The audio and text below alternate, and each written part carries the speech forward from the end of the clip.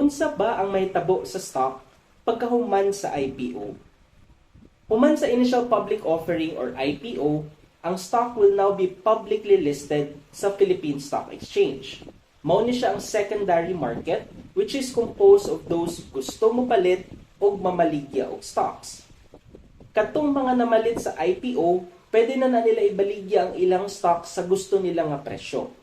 Ginatawag nato na nga ask price. Ang mga interesado mo palit, pwede na nila magbid alang sa mga stocks nga gusto nilang mapanag-iya.